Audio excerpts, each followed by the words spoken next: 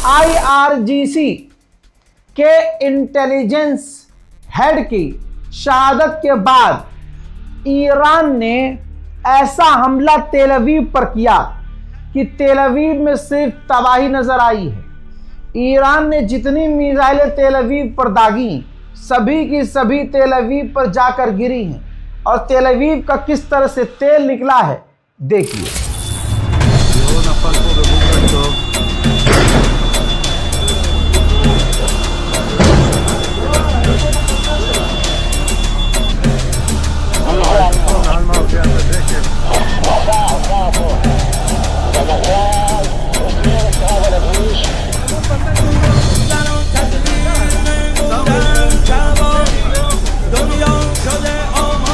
הנה פה נפל לידינו, ממש פה תראו את הבית, סיפור רציני, כן, כן, פה, לבית שלי,